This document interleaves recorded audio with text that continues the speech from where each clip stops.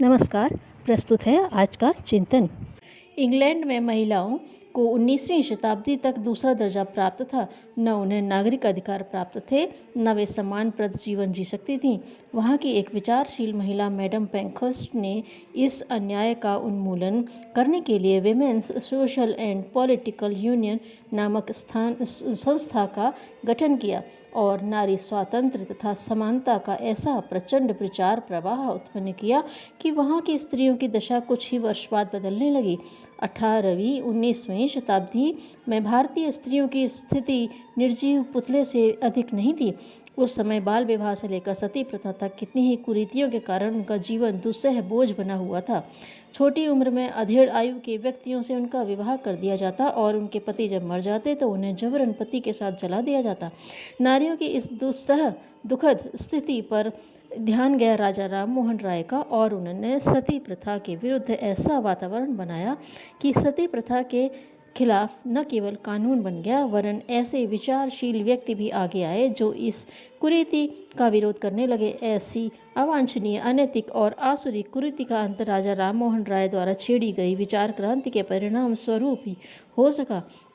यद्यपि सती प्रथा के विरुद्ध जनमत तैयार करने में अन्य नेताओं ने भी योगदान दिया था, पर राजा राम मोहन राय ने ही उस अभियान को सुनियोजित रूप दिया। विधवा विवाह कहीं कहीं आज भी तिरस्कार की दृष्टि से देखे जाते हैं, परंतु एक समय था जब विधवा विवाह की कोई कल्पना भी नहीं कर सकता था। लाखों युवतियां यौवन काल में ही विधवा हो जाती और अपना शेष जीवन रोते झींकते अनेकानेक प्रतिबंधों का पालन करते हुए जीती थी। उनके लिए हंसना तक वर्जित था। ईश्वरचंद्र विद्यासागर ने साहित्य और विचार के माध्यम से विधवा विवाह का जो समर्थन आरंभ किया तो लोगों पर से परंपरा, भक्ति और रूढ़िवादिता की जकड़ धीरे धीरे ढीली होने लगी। स्वामी दयानंद, महात्मा गांधी आदि संत महापुरुषों ने भी इस विचार को आगे बढ़ाया और जन आस्थाओं में स्थापित करने के लिए प्रयत्न किए। केवल विचारों के प्रचार द्वारा विश्व में ऐसी कई संस्थाएं अस्तित्व में आईं जिनके कारण महत्वपूर्ण काम होने लगे। उदाहरण के लिए अब तक समझा जाता था कि बच्चे समाज के लिए कुछ भी नहीं कर सकते, उन्हें कोई रचनात्मक जिम्मेदारी नहीं सौंपी जा सकती। लॉर्ड वेडन पावेल ने सोचा कि क्या सचमुच समाज सेवा के लिए बच्चों का उपयोग नहीं किया जा सकता। काफ़ी विचार मंथन के बाद मस्तिष्क में बालचर संस्था की रूपरेखा उभरने लगी। इस विचार को उन्होंने अनेक प्रतिभाशाली व्यक्तियों तक पहुंचाया और स्काउटिंग बालचर संस्था के रूप में सामने आने लगा। मेलों में लोगों को पथ प्रदर्शन करने के से लेकर सामूहिक संकट और दुर्घटनाओं तक 10-10, 12-12 वर्ष के बच्चे जो काम करते हैं वह देखते ही बनता है। अपने देश में भी श्री हृदयनाथ कुंजरू ने इस प्रकार की संस्था का प्रचार किया। भारत में विचारों द्वारा समाज में परिवर्तन का क्रम मध्यकाल से चलाया गया। स्वामी रामानुज, चैतन्य महाप्रभु, कबीर, दादू आदि ऐसे संत हुए जिन्होंने अछूतों को भी मनुष्य मानने और उन्हें मानवीय अधिकार देने के लिए धर्म मंच का सहारा लिया। तब अछूतों के मुंह से कोई भगवान का नाम तक सुनना पसंद नहीं करता था। तत्कालीन संत महापुरुषों ने भगवान पर सबका अधिकार के सिद्धांत का प्रचार अपने भजनों और कीर्तनों द्वारा किया। फलस्वरूप उपेक्षित और तिरस्कृत अछूत निम्न जाति के लोगों में भी आत्मविश्वास की भावना जागी। प्राचीन काल से चले आ रहे कुंभ पर्व, सोमवती स्नान नियत समय पर नियत स्थान में मनाए जाने वाले पर्व भी समाज में विचार चेतना जागृत करने के लिए जाने वाले आयोजन थे। उनका उद्देश्य यही था कि लोग सद्ज्ञान के प्रकाश में अपनी समस्याओं को देखें व सुलझाएं। उनमें देश भर के विद्वान विचारक इकट्ठे होते थे। जनता भी बड़ी संख्या में इकट्ठी होती थी और संत महात्मा ऐसे कार्यक्रम चलाते थे जिनसे लोगों को सही दिशा प्राप्त हो। सोमवती अमावस्या पर स्नान पर्व, ग्रहण, संक्रांति तथा ऐसे पर्व जिनमें कि दूर दूर से लोग आते थे, इसी स्तर के आयोजन थे। वर्तमान काल में विभिन्न संस्थाओं के जो अधिवेशन, सम्मेलन आदि होते हैं, उनसे भी विचार सानिध्य की ही आवश्यकता पूरी होती है। संसार में कई देशों में मजदूरों और किसानों की समस्याओं संघर्ष द्वारा सुलझाने का प्रयास किया गया। साम्यवाद की स्थापना के लिए की गई क्रांतियों में बड़ा रक्तपात हुआ। 1951 में उसी तरह के परिवर्तन के लिए तेलंगाना में हिंसा का सहारा लिया जाने लगा। तब संत विनोबा भावे आंध्र में ही थे। उन्होंने अहिंसा की शक्ति द्वारा शांतिपूर्ण तरीके से परिवर्तन का रास्ता निकाला और भूदान आंदोलन का सूत्रपात किया। आंदोलन का स्वरूप यह था कि जिन लोगों के पास आवश्यकता से अधिक ज़मीन थी उन्हें दान की प्रेरणा दी जाती और वह ज़मीन भूमिहीनों में बांट दी जाती। विनोबा जी का यह कार्यक्रम इतना अधिक लोकप्रिय हुआ कि कुछ ही समय में लगभग 3 लाख एकड़ जमीन भूदान में प्राप्त हुई। यह उपलब्धि केवल विचारों की प्रबल शक्ति के सदुपयोग द्वारा ही प्राप्त हुई थी। इसके पूर्व भी लोकमान्य तिलक और महात्मा गांधी ने शांतिपूर्ण प्रयासों द्वारा भारत को स्वतंत्रता दिलाकर संसार को हतप्रभ कर दिया।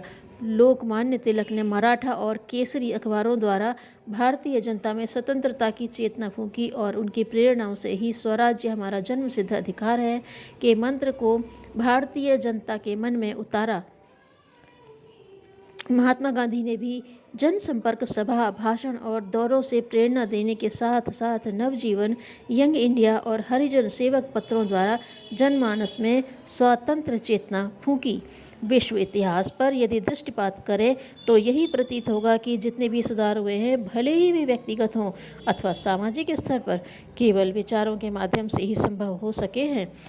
बाहरी नियम बनाकर अथवा सामाजिक दबाव डालकर कुछ कार्य भले ही पूरे कर लिए जाएं, परंतु आंतरिक स्थिति में यदि सुधार नहीं हुआ, लोगों की आस्थाओं का स्पर्श कर उन्हें बदलने का प्रयास नहीं किया गया, तो सारे प्रयास असफल और प्रभावहीन सिद्ध होंगे, क्योंकि बाहरी दबाव से आंतरिक स्थिति तो नहीं बदल जाएगी।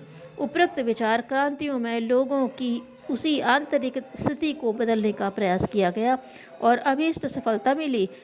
इन दिनों जिस व्यापक परिवर्तन की आवश्यकता है वह पिछले सभी परिवर्तनों और विचार क्रांतियों से अधिक महत्वपूर्ण है। मनुष्य में देवत्व के उदय और धरती पर स्वर्ग के अवतरण का लक्ष्य लेकर प्रत्येक लोक सेवी को चलना चाहिए और उसके लिए अपने निकटवर्ती जनों को प्रेरणा प्रोत्साहन देने के लिए व्यापक स्तर पर उन प्रवृत्तियों का विकास करने के लिए प्रयत्न करना चाहिए। विचार क्रांति, दृष्टिकोण का सुधार, भावनात्मक परिष्कार और आस्थाओं का शोधन, जो भी नाम दें, आशय एक ही है: मनुष्य को नियमित और संचालित करने वाली चेतना को प्रभावित करना और उसे अभीष्ट दिशा देना। तभी सामाजिक सुख शांति की स्थापना हो सकेगी। ये कार्य राजदंड अथवा राज नियमों से नहीं हो सकते, न उन प्रवृत्तियों और अवांछनीय व्यक्तियों की निंदा करने से ही काम बन सकता है। राजदंड, राज नियम और सामूहिक निंदा आवश्यक है, उनकी उपयोगिता भी कम नहीं। फिर भी वह समाज में व्याप्त विकृतियों और अवांछनीय प्रवृत्तियों का पूर्ण उपचार नहीं है। समाज का नवनिर्माण तो तभी संभव है जब उसमें रहने वाले मनुष्यों का आंतरिक स्तर सद्विचारों और सद्भावनाओं से भरा पूरा हो। राज नियमों के प्रति सम्मान, निंदा के कारण भय और समाज के प्रति निष्ठा भी हो तो ऐसे व्यक्तियों में ही होती है जिनके हृदय उदार और विचार उज्ज्वल हों। मनुष्य का जीवन और संसार का क्रम कर्म फल सिद्धांत के अनुसार चलता है। अच्छे कर्मों का परिणाम सुख शांति और के रूप में और बुरे कर्मों का फल कष्ट कठिनाइयों के रूप में, दुख क्लेश के रूप में मिलता है। अर्थात कष्टों की जड़ कुकर्म ही होते हैं, उसमें किसी प्रकार का संदेह नहीं। संसार में जिस परिमाण में कुकर्म बढ़ेंगे, दुख क्लेश भी उसी मात्रा में बढ़ते जाएंगे। यदि संसार में सुख शांति की स्थापना वांछनीय है तो पहले कुकर्म को हटाना होगा। कुकर्म को हटाने, घटाने और बढ़ाने का एक ही उपाय है कि मनुष्य की विचारधारा में आदर्शवाद का समावेश किया जाए। मस्तिष्क को घेरे रहने वाली अनैतिक और अवांछनीय विचारधारा ही कुकर्म को जन्म दिया करती है। यदि विचार सही हो तो मनुष्य से कुकर्म बन पड़ने की संभावना नहीं है। विचारों की बुराई ही बुरे कर्मों के रूप में प्रकट होती है। जिस प्रकार हिमपात का कारण हवा में पानी होना होता है, यदि हवा में पानी का अंश न हो तो बर्फ गिर ही नहीं सकती, पानी ही तो जमकर बर्फ बनता है। इसी प्रकार विचारों में बुराई का अंश कुकर्म बनकर प्रकट होता है और अच्छे विचार सत्कर्मों के रूप में सामने आते हैं। मनुष्य के कर्म उसके विचारों का ही स्थूल रूप होते हैं। यदि उन विचारों को ठीक किया जा सके तो सर्वग्राही विकृतियों का भी उन्मूलन किया जा सकता है। धन्यवाद।